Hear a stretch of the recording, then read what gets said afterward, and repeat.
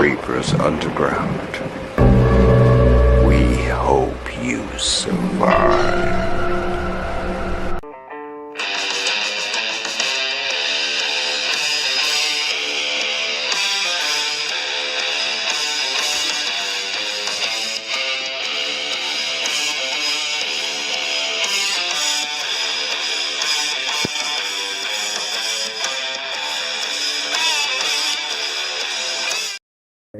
Hey, what is going on a Thursday night?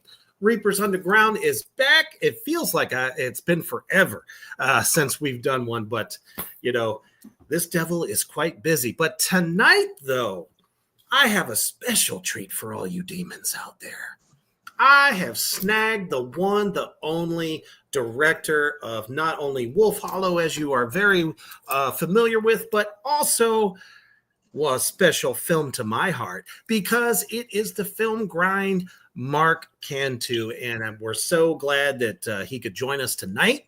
So this is the time to share this out. Anywhere and everywhere there is a horror lover, a Mark Cantu fan club, I don't give a fuck. You need to make sure that you are sharing this out. And we're going to be talking about Grind in great length as we are getting ready to have that be released, as well as his brilliant career thus far. But before we get into that, my demons, we're going to take a quick commercial break to our brothers over at Horror Struck Hot Sauce. Hotter than hell. Check it out.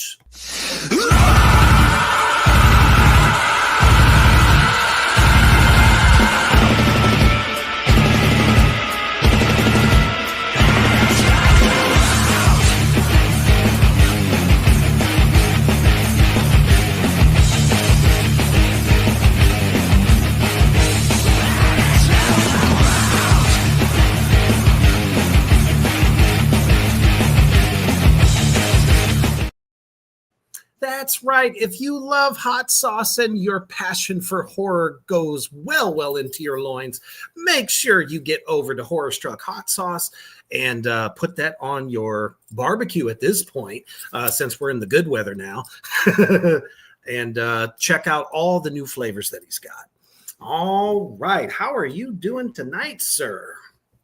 I'm doing fantastic. Thank you so much for having me on. I've been looking forward to this all week. So, yeah, it's just hello me. Yeah. The amount of joy that you brought to everybody on set is just infectious. So, like I said, yeah, it's just been one of those things where I'm like, yeah, I'm ready for the interview now. I'm ready for time with you. So, absolutely, it's like you and your team, honestly, have put in so much work on Grind that I've never seen anything like it, at that point in my career. And it was just one of the most welcoming, heartwarming kind of like, I don't know, being on set with y'all was just amazing. The cast, everybody was so nice, because, as big of a film as this is, it was a little bit, I didn't know what to expect. So I was like all nervous.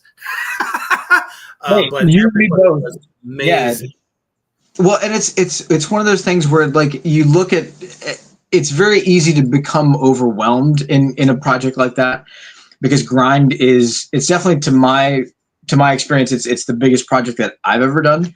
So it's very easy to like get overwhelmed and get rolled by the day, like very quickly. And so I've learned in my short time as a director to surround yourself with people that you trust, surround yourself with people that you know, and that can also do the job well. Like it's not just like you're surrounding yourself with just friends and being like, oh, we're going to go make a movie on somebody else's dime. Like you still want to do the best work possible. But you surround yourself with people that you trust and that you know. And that makes the day just kind of fly by, and even though you're gonna hit bumps and walls all day long, it just makes it a lot easier, if you know everybody and trust everybody. So there's already a camaraderie by the time you get to set to meet us. We already have that camaraderie that's been established for a few years by this point. So, hell yeah, absolutely. I mean, that makes all the difference in the world. Trust is huge. So, Yeah. with a project of this size, you definitely assembled all the right elements. But let's go ahead and take it a few steps back. At what point did you get inspired to become what made you want to be a director for indie film? It was kind of if we're being completely honest, it's kind of out of necessity. Because my background is in acting. Like I'm originally an actor. Like I was doing stage work, I was doing film. Ooh, okay. And that was back in Texas, and I was doing really small stuff. And I wound up watching kind of at the beginning of my journey of being like a stage actor and graduating high school and kind of moving on. And I kind of watched my older brother at the time and a couple of other people just not know how to deliver on a set, and like watching them make the same mistakes over and over and over again, and just kind of stepping back and just kind of looking at them and just going, I think I can do that better than you can. And it wasn't really like a competitive, like sibling rivalry thing. It was just like, that's poorly planned, that's not working, that's not, and just kind of seeing the obvious things and just going, you know what, if I'm gonna make any progress in this kind of industry, like I think I need to take the bull by the horns a little bit. And so then, life happens around you, and I didn't take it very seriously for a while. Sure. And then after my parents passed away, I kind of like, I stepped back and just went, you know what, if I'm going to make a go of it, I'm going to really make a go of it. So about 2007, I kind of got back on the horse and said, you know what, if I'm going to do this, let's do it all the way. And just didn't look back from then. So, everything has just kind of been an evolution. Never been to film school, never went to, to any sort of formal training for it. So everything that I've learned on the fly on my own. So, and that's kind of how I've always been too with any venture other than drumming, because obviously I had ridiculous amounts of training for that before, becoming a touring drummer. But anything else, I always kind of felt like, just throw me in there. If I have vision, if I, the passion for it, I'm going to figure it out. And you obviously figured it the fuck out. I've always said, though, too, that I think actors make excellent directors because they can envision what's gonna be on the other side of the camera and what they're looking for. Right. And I think it's probably one of the advantages that I have as a director, and I always kind of genuinely feel that, is I'm able to speak to actors on that level from that perspective and just go, look, I understand what your process is going to be for the day, and I understand. So how do I support that throughout the production? How do I give you the space for it? How do I give you the time for it? Mm-hmm. And that's usually how I approach things, because I've been on other sets with some of my fellow directors that I've kind of grew up with back in Texas, and watched them kind of not know how to talk to an actor and kind of hide behind the equipment instead. So they're just like, well, I'm going to set the shot up, and you could see them kind of like put a wall between them and the emotional stuff that the actors have to have access to. And some directors are just like, well, I'm gonna set my shot up, and then and then the actors are pretty much looking at you going, yeah, but what am I going for? What's my motivation here? What am I thinking? Where's my head at here? And that's where I excel. Like, I feel completely comfortable having those conversations with an actor, just going, let's put all the cameras aside and forget about the lights. What's the moment about? What are we really trying to drill down to here? And that's what I focus in on. That's what makes me different than anybody else. So awesome. What was it like, doing your directorial debut? Stressful as hell. Stressful as hell. So funny story. So I've had, if you want to say directorial debut and you want to include shorts and stuff like that, that's kind of one your first project. Yeah. And those are, so my very first project that I ever directed on my own, it was a really bad short film where I played an exterminator in a theater building, because that's all I had access to. I was in a theater building as an exterminator who was killing like a giant mutant rat. And it was basically just a guy in a costume, like a lion costume. And like, we were like, what the hell are we doing? We're like, don't even worry about it. Just do it. Just do it. Just go with it. And I remember like the first day I showed my dad footage and I was like, huh? What do you think? And he was like, no, this is terrible. This is so bad. And that was my first experience with reshoots because I was like, you know what? You're absolutely right. I can't see anything. The camera doesn't see what my eye sees, and like it's all different. So yeah, I mean, I learned at that point like you gotta overlight stuff sometimes. You gotta choose what lenses you gotta be on, and all that stuff. So I mean, you learn the hard way, but that's I got my teeth kicked in pretty good on that first one. So oh, absolutely, and it was a learning experience, and every single one of them up to that point. You directed a couple of more shorts after that as well. The one I was really curious about. No, I think you were just a zombie on that particular film. The title really gripped me. I was like, now wait a minute, Mark, what are you doing, man? Right. Did you have a good time? Are you talking about Dr. Ash? Is that the one? Yeah. So that was a friend of mine. There was a Grindhouse Film Festival Nice.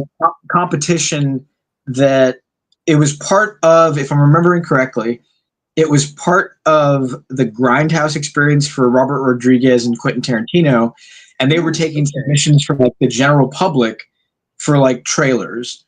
And it was like, hey, if your trailer is good enough, it'll be in the actual movie. And I think Hobo with a Shotgun is like one of the ones that won that competition. Oh, okay. And so my friend at the time wanted to go and shoot a trailer for it.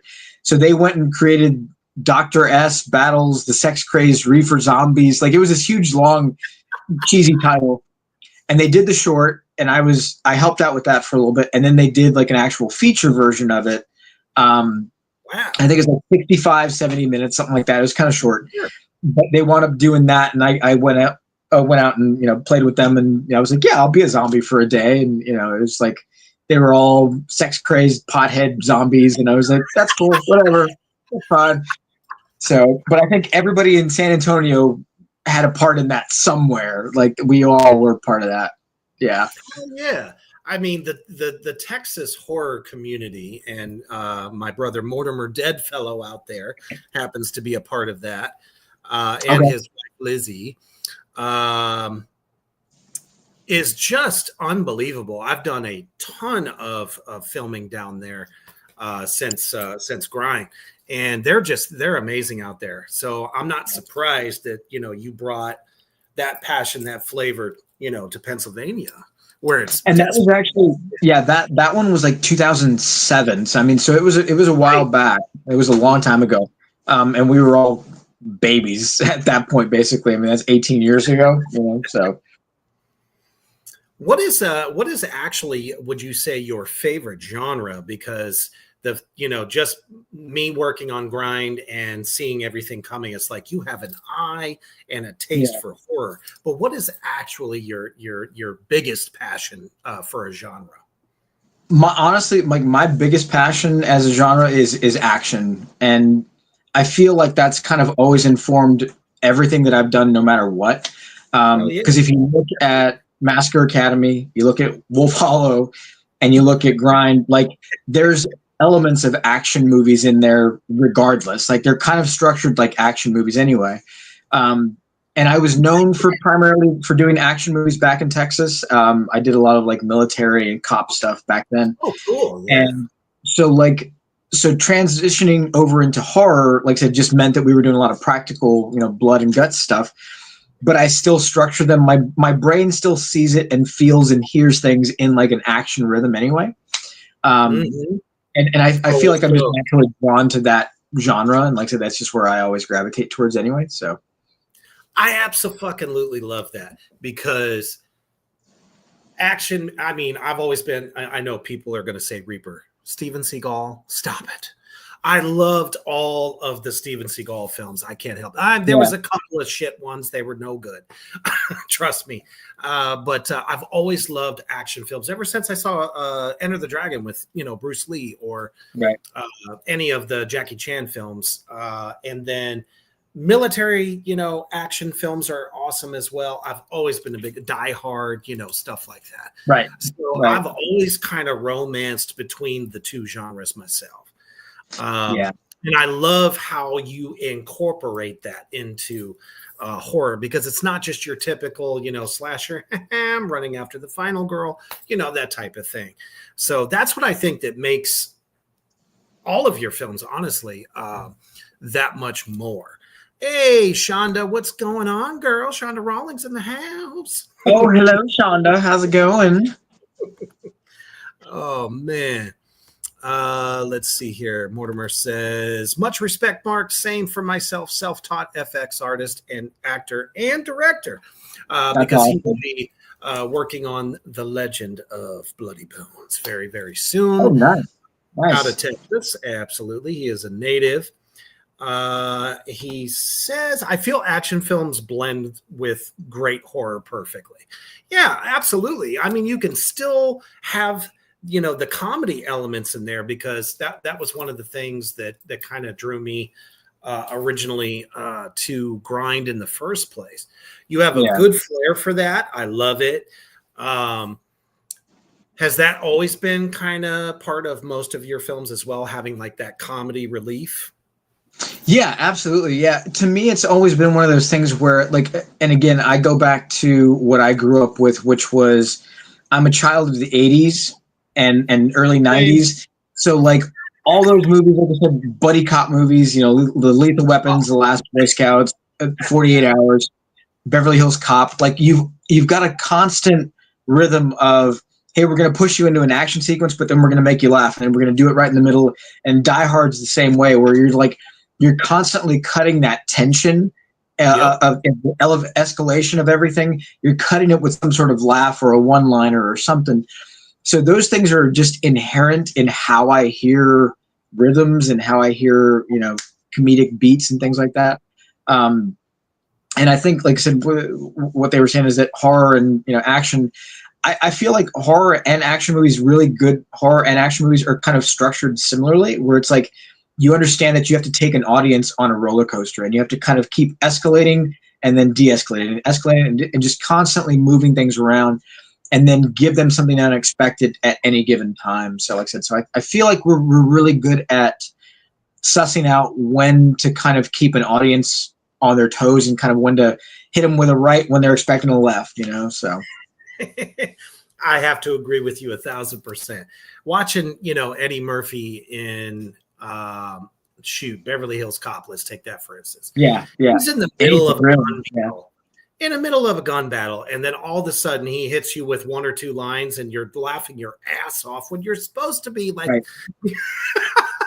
supposed to be worried that he's going to get killed.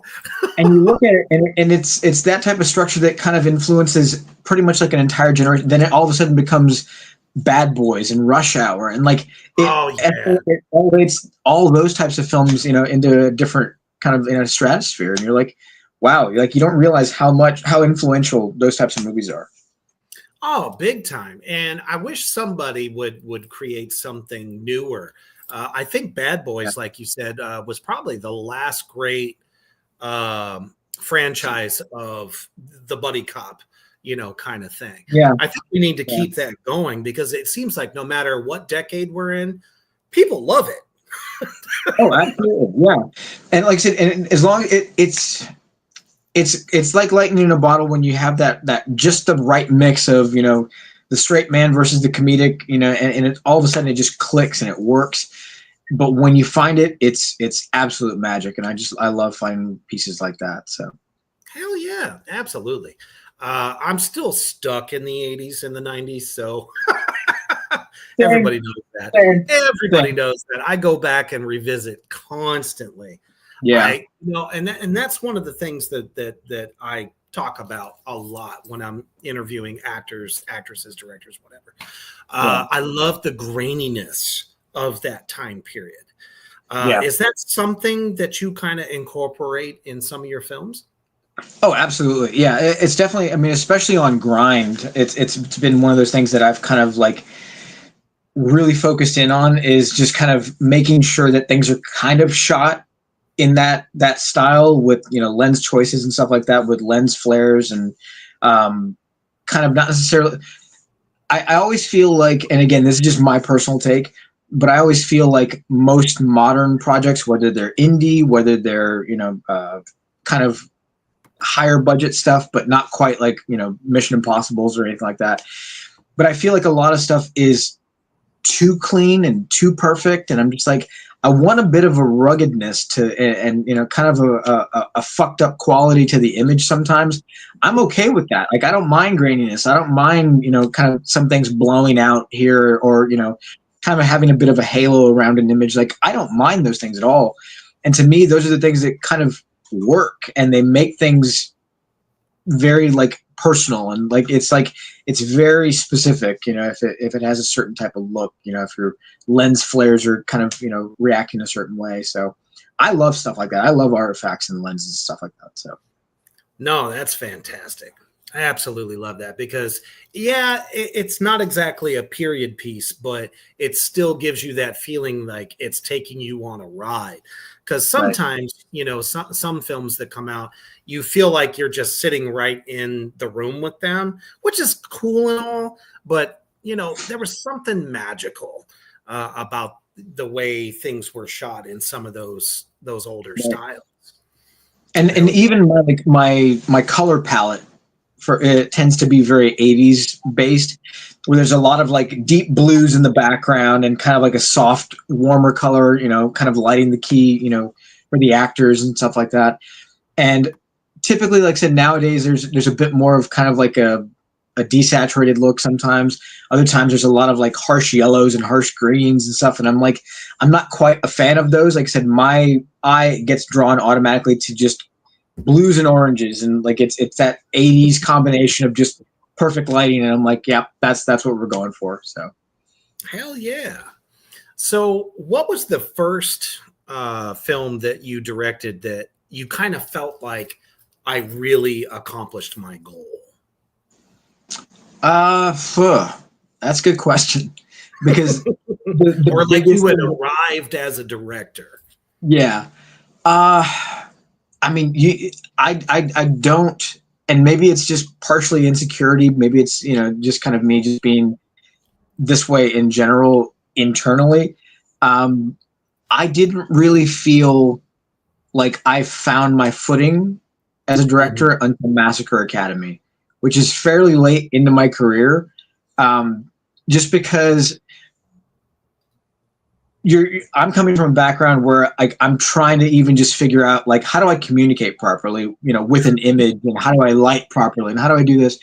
But then and you know this more than most people do, on the other side of making a movie, you've got the business end of it all, which is a whole other animal that some people don't even get exposed to. And they're like, well, why didn't you just do this? I'm like, because I ran out of money, and I didn't have enough time to go back and do this thing that I wanted to do to make this thing. And so you're always competing between all those things. And up until Massacre Academy, I was dealing with a lot of that, and then dealing with a lot of emotional, personal issues. I was dealing with alcohol abuse at the time. And then I finally got clean. I got my head on straight. And so by the time I got to Massacre Academy, I was able to kind of put my foot down with myself, my cast, my producers, and just go, look, here's what I want to do.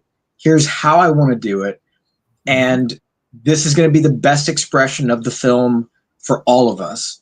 So I felt like Massacre was the very first time where I was legitimately able to go, no, if you look at that entire movie, pass or fail, it's all me. And I really feel comfortable saying this is 100% my work. And, you know, the movie's finally out there now, and people are able to enjoy it.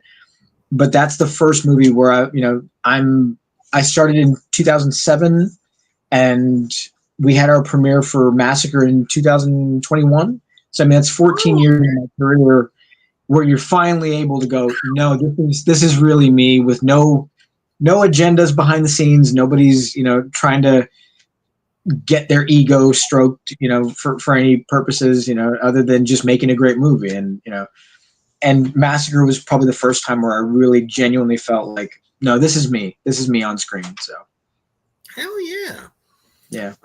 It's sometimes when that fog is removed, you're able to see things more clearly, know how you want things to come out. And like you said, the whole behind the scenes stuff, which actually I've seen you in action. So I know that you're just awesome at it at this point. Like, you've really overcome that aspect of it, because you're dealing with a lot of different personalities. Yeah. And I appreciate you saying that. Yeah, it's so weird, like I said, because I look back at the beginning of my career, and I definitely was not comfortable being the leader on set, and just kind of like, I wanted somebody there to protect me and like defer to them and be like, well, I just want to kind of focus on the creative stuff and you focus on the business end. And once I kind of got my head straight and kind of took a step back, I was like, nobody else is going to protect me except me. Like, I need to be the one that goes, I'm going to put a wall here, and I'm not going to let you do this or say this, or, and even on Massacre, there was a couple of instances where, I kind of had to put my foot down with a producer and just kind of say, look, if this is the way it's going to be, you need to tell me now, so that way I can make a call here and we can move on, or we can, and, those conversations are always happening. And it like I said, Massacre was an experience where I definitely felt I was able to grab my voice and just go, no, this is really who I am. And so by the time we got into Wolf Hollow, there was a bit more confidence there, and just kind of saying, oh, no, this is definitely the way we're going to do this. And here's how we're going to, do this in a very, oh, look at that beautiful poster. But yeah, like, Wolf was definitely, like I said, an even better experience than Massacre was. It was even more prepared than, and we had a bigger budget. And then again, the next thing happens on Grind. So by the time we get into Grind, by the time you're joining us on set, you're talking to somebody who's been doing this for the last, 7 years at this point, and doing it in a very specific way, and doing it where I'm comfortable, being in control of set, and just going, no, guys, here's how the day's going to go. And I'm just going to tell you how it's going to go. Yeah. Everything as long was as we regimented. Yeah. I absolutely love that. There was no like teeter time, if you know what I mean. Like, oh, well, what are we doing next? What's happening? That no. I loved that, because you knew at every point of the day what was going to happen, when it was going to happen, where you're at in the script, and I absolutely loved that. Wolf Hollow was one film, and I don't want to butcher his name. Sorry, Ron, but Ron Holderbaum. I hope I said that right. Yeah. He talked about. Yes. Okay, cool. Again, sorry if I butchered it. But he talked about Wolf Hollow, and many, many other people on the set was talking about how awesome that was. Was the idea of like doing a werewolf film, did you have any like film that inspired you to do one?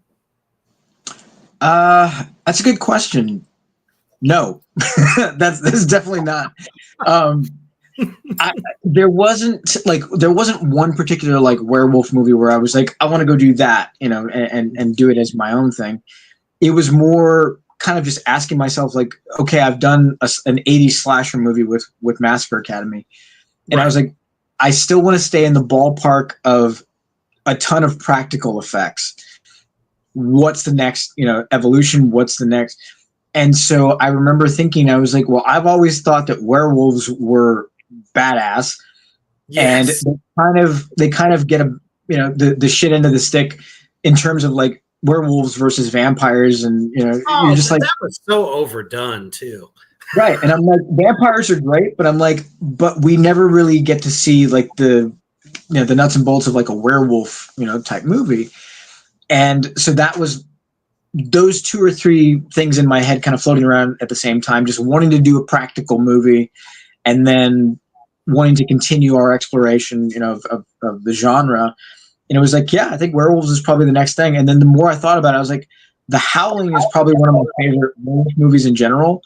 And like just the design for those. And I was just like, oh yeah, no, we're definitely doing werewolves next. And the amount of fur that I had to pick out of my ass out of that movie and my back office, like it was insane. Cause like I've got 2 big ass werewolf suits in my office and I'm like, and you don't realize how much they shed.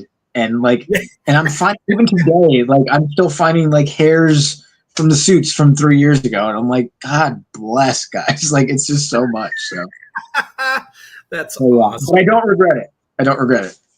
No, hell no. Yeah. And I was gonna say, like, vampires are just so overdone.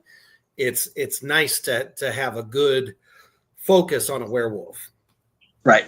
At that point, which is why when I did the first episode of the Red Huntress, we were leading up to a werewolf, being the first creature in the series. Oh, okay. So, yeah, no, everything looked great. I watched the trailer before, and I actually need to see the whole thing. So, if it's available somewhere, please let everyone know right now. I will say it is on Amazon Prime. I know if you want physical media, I know that you can get it through Walmart, Target. I think Barnes and Noble. There's a bunch of outlets that have like DVD, like physical DVD, and then I know in the UK that there's physical copies as well because I bought one. I'm like, I'm gonna get our DVD from the UK just to have it. I'm like, I can't play it, but it's in my office, or it's actually in my den. But yeah, like I love physical media, so. Wow. And most of my demons, my viewers out there, you guys love physical media. So did you hear that?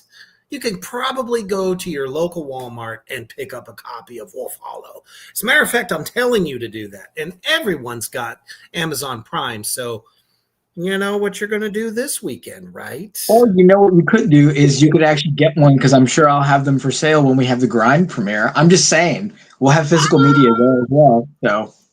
Well, yours truly, the big bad devil daddy himself, will be in attendance.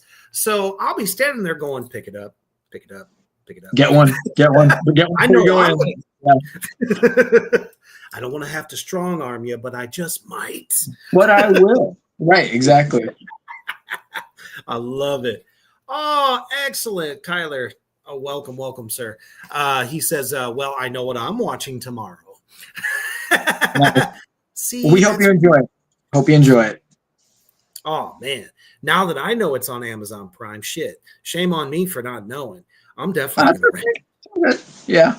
Yeah, definitely. So, awesome. Now we get to the coup de grace, which is Grind.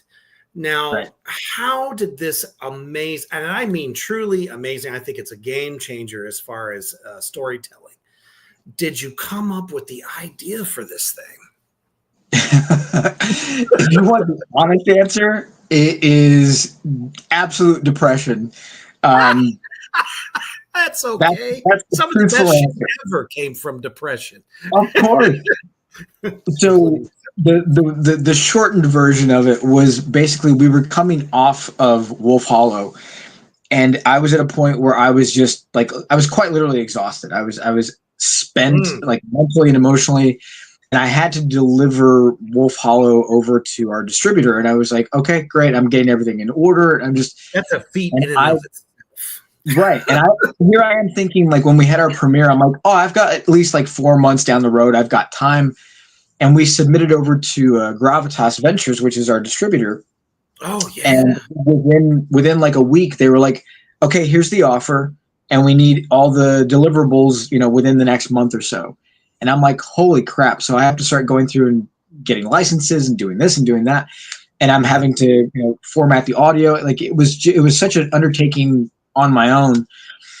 And I was just spent by the end of it. And I was like, and I just turned around and I was like, I'm done. I can't do this anymore. So I quite literally took like a month off from work. And I was here kind of letting my brain get back to zero. Sure, And yeah. I was here in my office. I was painting for the day, and I was like, you know what? I'm just going to paint whatever, and I don't care what comes out of my brain. And I had my music on, and I'm looking at Photoshop, because it's open on my laptop or my desktop. And I was like, I don't feel like doing a painting right now, but maybe I'll create a movie poster. And I was like, and I heard myself go, a movie poster for what? And I was like, I don't know. Let's just come up with something. And I had that conversation in my head. Yeah. And so I was literally just sitting there, and it's so funny to me because I literally, the first thing I put down was the title itself, Grind. And it's the way it is, the way it's kind of slanted and everything, the format, just without the hands, but it's the exact same thing. And I just put that down on the canvas, and I was like, what the hell is Grind? And I was like, I don't know. And I remember looking at it and just going, all right, maybe it's like maybe a grindhouse thing. And I was like, and I literally just started to kind of like, so the poster came first, and the idea just started to kind of come out of that. And I looked at it, and it was almost like a Rorschach test. Like, it was weird. Oh yeah. Everything just came out, and I was like, and maybe it's about this, and maybe it's about that, and maybe there can be demons with glowing eyes, and quite literally within maybe half a day, I had the structure for the movie, and I was like, oh shit, okay, well, I guess this is something I need to work on. And I just started coming up with like images like that. Like, it was like, those are things that popped into my head immediately, and I started coming up with the other posters for Subway Samurai and McQueen, and like all these other movies started to pop in, and I was like, and it was just this floodgate of creativity. So I've never prepped a movie more than I've prepped Grind. Like, it was insane. The amount of posters that I had before we even got to the Indiegogo campaign was ridiculous. I was like, I've got like 25 posters here, guys, for other Holy movies shit. that you guys are never going to see. So I'm just like, so I had to narrow it down to like 6 or 7 of them, but like there's a whole bunch of other, there's a biker movie called Big Bad Hombres, 4, and like there's so many cheesy, I don't want to spoil the other ones, but like there's other cheesy 80s action movies that are in my hard drive right now. So yeah. Nice. Oh man. And then the idea, like, how did you get the idea for the main characters? Obviously, you've had some experience with grindhouse style stuff. Yeah. So how did you come up with the idea that by playing this film, something is going to come forth? Yeah. So it was one of those things where it was like, I was kind of, like I said, right at the beginning of the process, and obviously I wanted to stay in the horror genre. And I was like, you know what, let's do the third one to round out the trilogy of horror movies that I'm doing, and what's the next thing that I can challenge myself with. And so as soon as that popped into my head, I was like, you know what, it's got to be Lovecraft. It's got to be something that's a bit more cosmic, and it's a bit more elevated, and it's like something that's going to push me as a filmmaker to go, shit, I don't know if I can really pull that off, but I'm going to have to try. And so as I did that, I started to kind of think back to, I was like, okay, well then, how does this translate? How does this come into our world? And the first thing that popped into my head was Evil Dead. And it was like, I grew up on Evil Dead, and I'm like, it's the fucking Necronomicon. Like, it's the book. It's they do that same thing. We kind of follow that same beat where it's like they play the tape and they, conjure this thing into our world. And I'm like, it's the same thing with us here, So the more I thought about it, I was like, let's set it in that world of 80s and 70s grindhouse movies. So one, it kind of continues the passion of, if you look at Massacre Academy, if you look at Wolf Hollow, and especially if you look at Grind, everybody that's kind of a lead character has a love for movies in general. Like, they are people of film, and more so in Grind than any other movie. It's quite literally your knowledge of movies kind of helps you survive and navigate this evil thing that's kind of coming into our universe. So it's your knowledge of movies is your saving grace in this world. And that's kind of, where I'm speaking from my heart at that point, because movies have saved my life. I don't know how many times at this point, where I've kind of depended on the outlet of making a movie to be, my calm in the storm, so to speak. So it's just been one of those things where everything just kind of was meant to be, on this particular type of movie. So. Oh, yeah. And there's nothing more relatable to moviegoers in the first place than to have your characters, be movie lovers. So that leads us to casting. I feel like you assembled one of the greatest casting of actors and actresses that I've ever seen. Everybody was top fucking notch from the ground up. I mean, obviously we had the great Shonda and so many Shonda Rhimes, is that who you're talking about? Shonda Rhimes? Just a little bit. Yeah. All the way up, and their names are escaping me, and I feel horrible about that. I should probably wrote that down. I can go through the whole list. Like it's an embarrassment, which is like how many good people we had on this, and it was insane. Yeah, yeah, it's insane, and from a production standpoint, it's insane to try to get them all in the same room and be like, "Hey, can you guys all show up for this 2-week period in Pittsburgh?" But yeah, I mean, we got Brian from Stanton, Stanton. Yep, he was fucking amazing. Brian Saponis.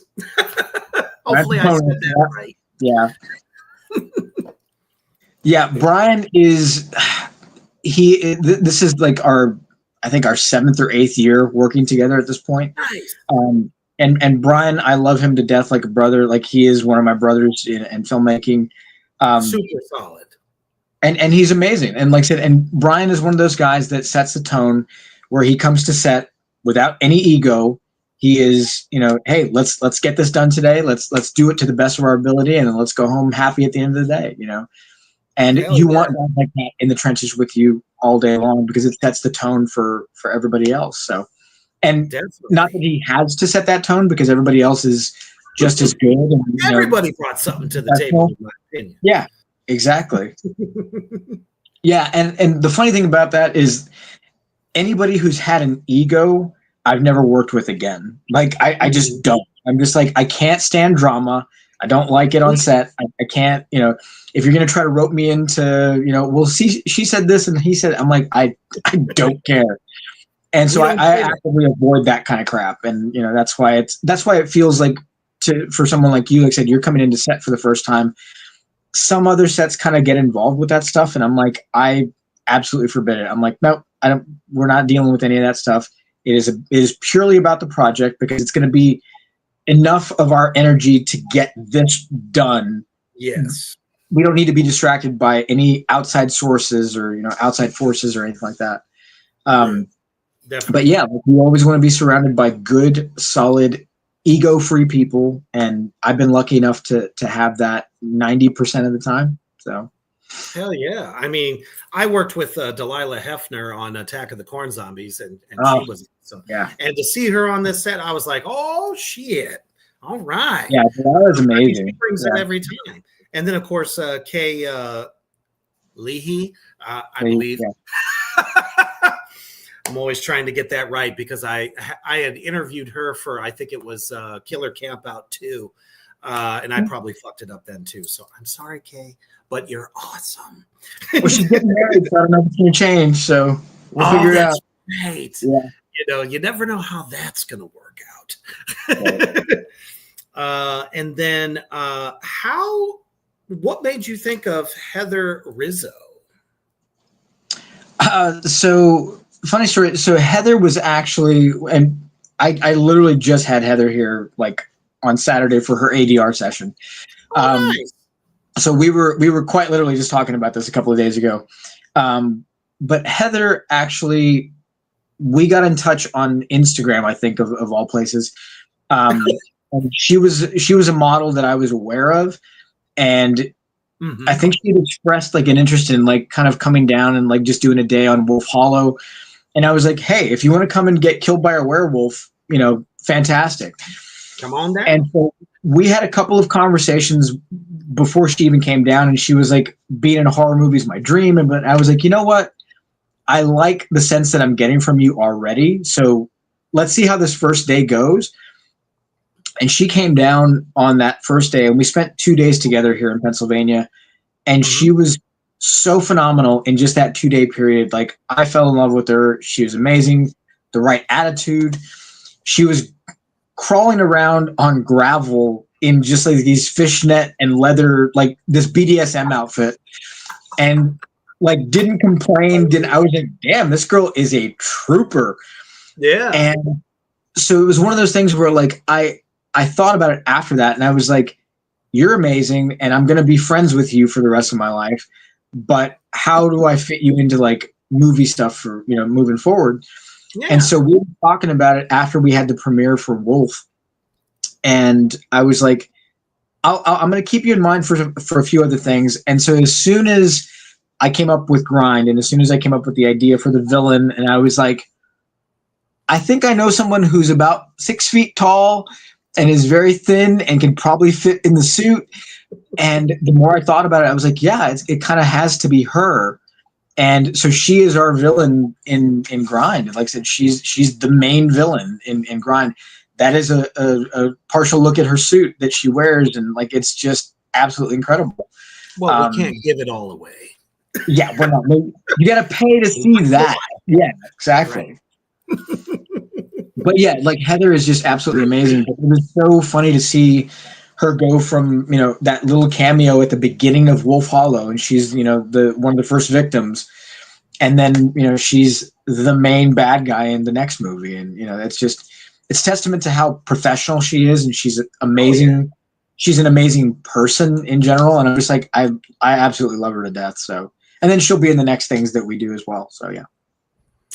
And let that be a testament out there in the Black Flame universe that if you are an actor, actress, attitude and professionalism is so fucking important. Absolutely. Man, I talk to so many different people, all over the place, from conventions, you name it. And they're like, oh man, I worked on this, but I haven't been able to get anything since. I'm like, well, how do you present yourself? Right. That's a testament right there. Yeah. It's not always your ability to deliver lines and deliver emotion and all that. That's all very, very fucking important. But at the end of the day, though, are you easy to work with? Right. Can you connect with your director?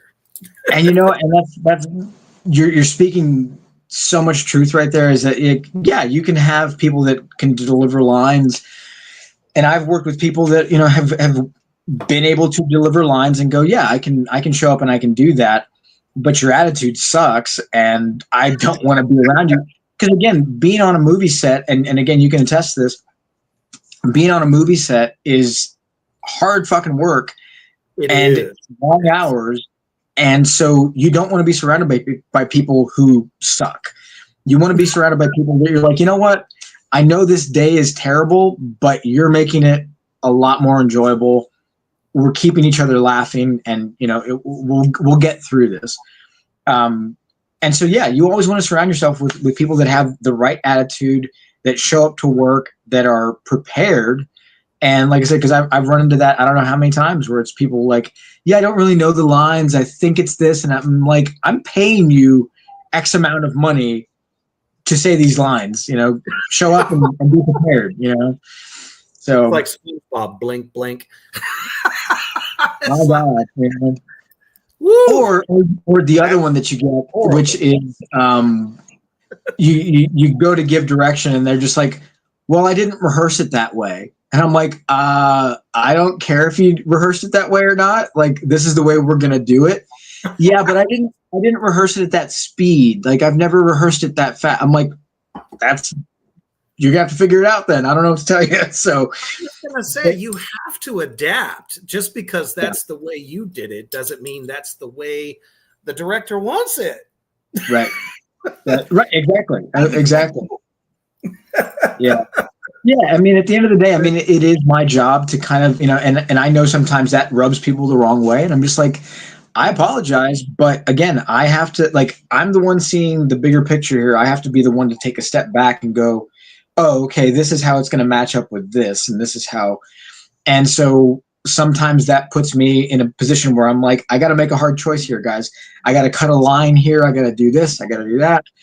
And sometimes it's unpopular, and I'm like, I'm at this point, and I think that's the big difference in what we were talking about earlier, is now at this point in my career, I'm comfortable enough making the tough calls to go, I'm not trying to be popular here. I'm trying to make the right call for the product, because at the end of the day, this is a product. I have to be able to let grind go and go off and make money and go off and be its own thing.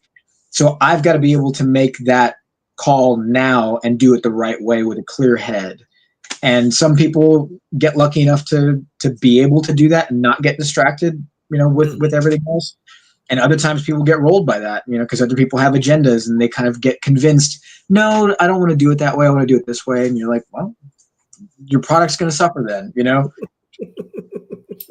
Absolutely. I mean, you have to make those calls because at the end of the day, you want to present the best film possible.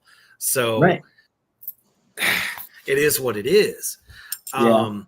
But, not only just all this other great talent like Daniel Ebling and Jeff Descoteau and, everybody, Brian Bell, who I thought was just, wow, it was great working with that guy.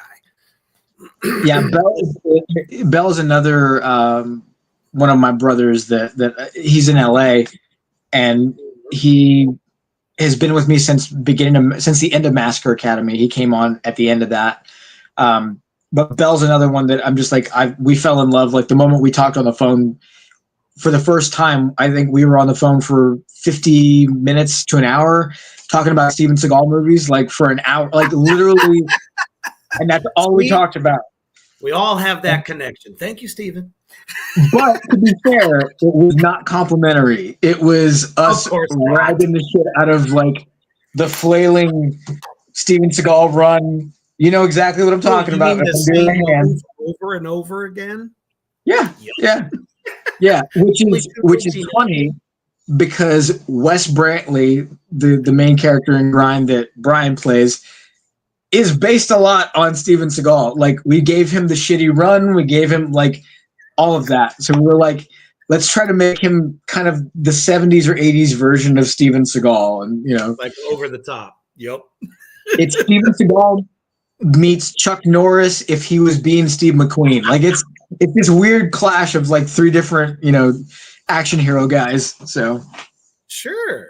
But then we have the great Ginger Lynn and Lynn Lowry. How did all that happen? And of course, my dear friend Felissa Rose.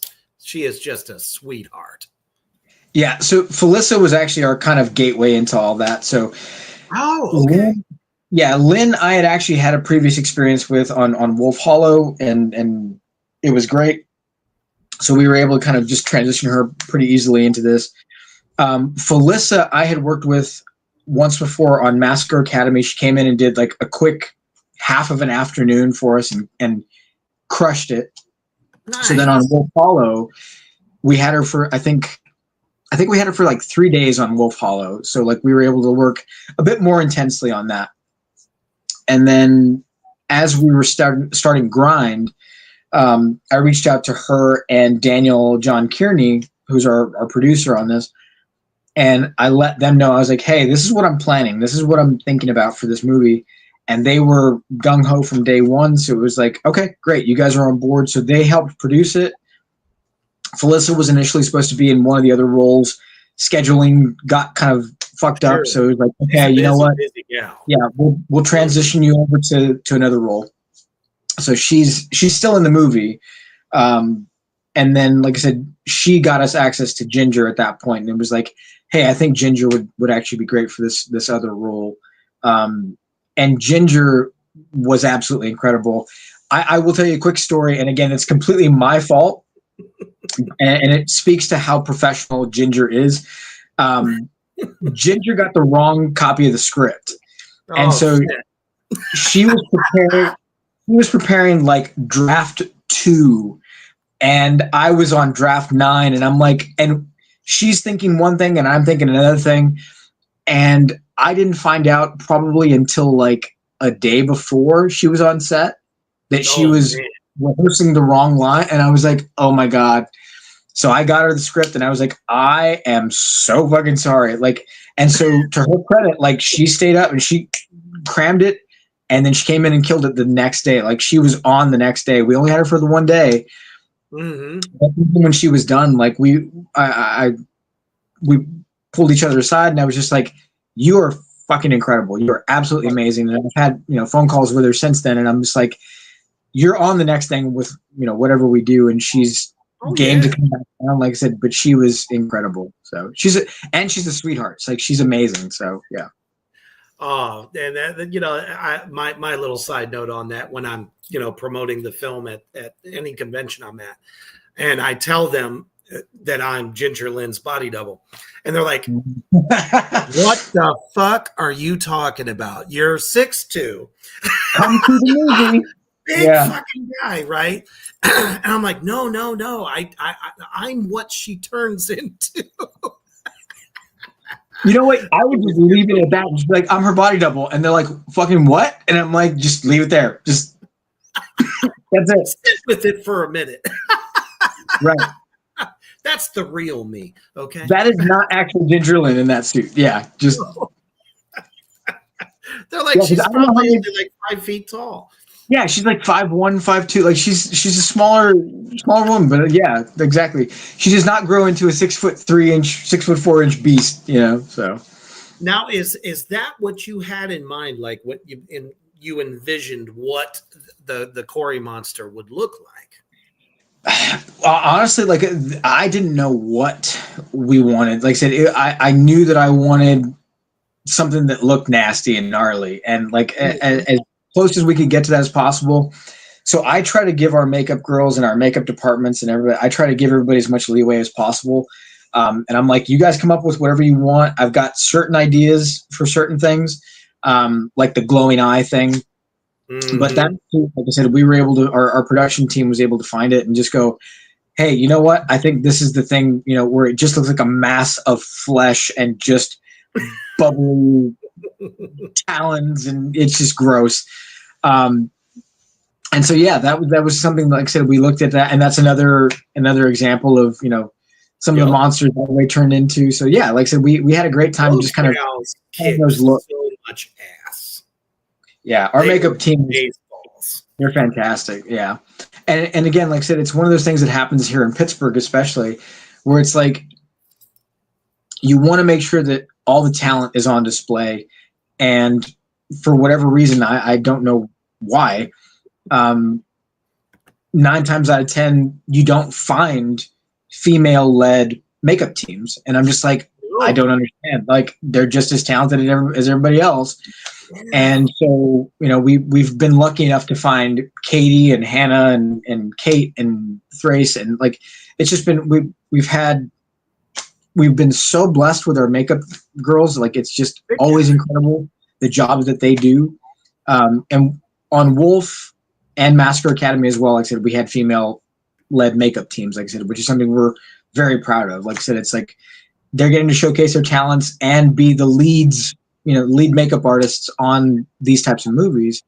And, they wind up going on and getting other gigs, and it's amazing. So, well, and it shows. I mean, their work is top fucking notch. Didn't bitch about nothing. Even if there was a problem, they were like, nope, this is what we can do. That was just incredible to me. And to be honest, most of the films I've worked on, mostly the horror ones where I was doing either creature work or whatever, were female led too. Even out here in the Midwest, it was like, woo, this is great. Wonderful. Yeah. And they were easy to work with. Yeah, fantastic. If I said more blood, they're like, "Oh, I'll give you all the blood you want." I'm like, "Make me disgusting." Yeah. Well, without further ado, that's right. Right here on Reapers Underground, we are ready to show you just a snippet of what is in store on this film. Here is the official trailer for Grind. You might see me more than once, actually, because I think I played, 4 roles? You're in there. No, Yeah, you're in there for sure. Yeah. Which that was a blessing to me, period, because I like doing that. I like being versatile. So, yeah. But here it is, the official trailer for Grind. Check it out. It's Ilsun 4K, and tonight I'm coming to you live from the Grindfest 2025 Film Festival, brought to us by Orangetown University. Grindfest? Yeah, I didn't pick the name. So, a grindhouse festival, huh? I don't know what makes an absolute classic yet. Now that is sex and ice cream. By God's grace, it'll stay that way. Showing more of your sinful, trashy movies? It's like a black and white art house movie, something about like cults and rituals, and think about it. One night only, we play the absolute cheesiest movies, and then we cap it off with this. 40 years ago, I got lucky. I was able to push it back in. I've shredded that film, I've burned it. But it always comes back somehow. It's creating some kind of war. Space, time, everything smeared together.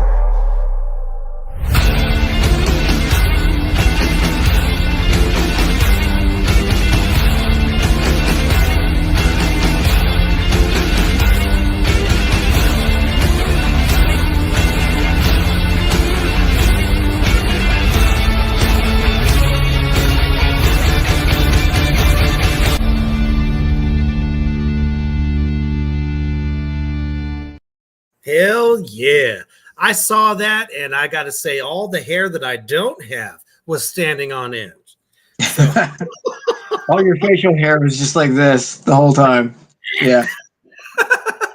Oh, man. So if you're not convinced yet, Black Flame Universe, to make sure that you somehow, no matter where, whether it's on a streaming service, physical media, or something that we specially have coming up here in August, a little something like this, the world premiere on August 9th. In Pittsburgh. Yeah. What's that? In Pittsburgh, yeah. Yes, in Pittsburgh. You want to make sure that even if you're in a neighboring state, or maybe you're just a big fan of me or anyone that's in this film, because in my opinion, everyone's a star in this fucking movie. They did such an amazing job. Get yourself a ticket now. And how can they do that? So they can actually go over to the Lamp Theaters, the Lamp Theater website. That's the Lamp Theater is in Irwin, PA. So it's kind of like a small suburb just outside of Pittsburgh. But you can go to the lamptheater.org, if I'm not mistaken. I think that's the website. And so, yeah, you can get your tickets. And for the $25, like I said, for the fee, that's the ticket. That's the Q&A afterwards. That's the step and repeat. It's a red carpet event. It's the world premiere. So the entire cast and crew will be there, like I said. So we're definitely looking forward to this one. Oh, absolutely. Especially me, because damn it, it's my first one. My first. We'll get to there. Yeah, exactly. Oh man, can't fucking wait. Hell yeah, man. So you're probably gonna do some physical media as well. Obviously streaming services, I'm sure. Yeah. So right now, like I said, so part of the whole structure of everything is we're going to finish up the movie. We're going to finish up the editing process, and then we're going to send that over for duplication. So we're going to have Blu-rays, standard DVDs. Those will be available when we actually have the premiere, and then we'll start making the rounds at that point, probably to other movie theaters, probably in like the Virginia, New Jersey, Connecticut area, California. So we're going to be making our ways around throughout the country at that point. So amazing. Fantastic. I can't wait to see it. I know all of my fans are so much wanting to see this because of all the conventions. I've selling out of my prints as the Corey Monster. I actually showed you the one from last time. They're like, Yeah. I have no idea what this is, but I love it. But I need to see it now. Yeah. That's right. So stay tuned, everybody, because it's coming. Man, it's been so awesome having you on the show tonight. For all my fans that have shown up to see you, as well as some new fans you've probably picked up, what is your lasting message for them? Enjoy the movies. Enjoy the movies as much as possible, because, like I said, we put so much love and effort into each and every one of them, whether it's, Massacre Academy, whether it's Wolf Hollow, or Grind. There's some things that kind of cross all three movies that we've kind of snuck in, and little Easter eggs here and there. But at the end of the day, each one of them is made with a lot of heart, a lot of passion, a lot of respect for movies in general. Like I said, if you don't watch Grind and you feel like we're not respectful enough of movies, like, we haven't done our job at that point, because these are made by cinephiles. Like, we love movies just as much as everybody else, and that love is on our hearts. Our hearts are on our sleeves, at the end of the day, on Grind especially. So humble as fuck as always here in the underground, because that is where the true talent is. It's not in the mainstream, which is what we showcase here. And that's why, because you're getting excellent storytelling, fantastic casts, and just so many great things, especially in horror. And we are really looking forward to what you are going to create next, because in a lot of ways,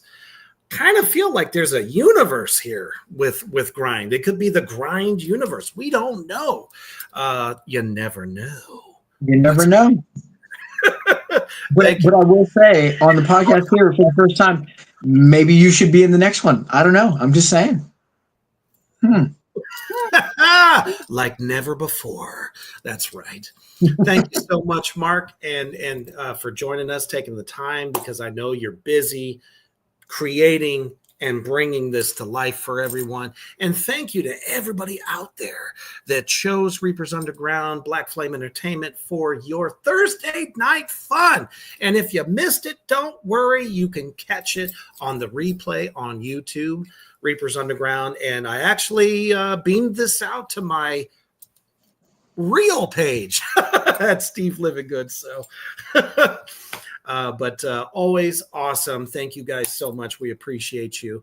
And as you're getting ready to start the commute, the morning commute for Friday, and the weekend is upon us, just remember, give the boss the finger and always stay heavy.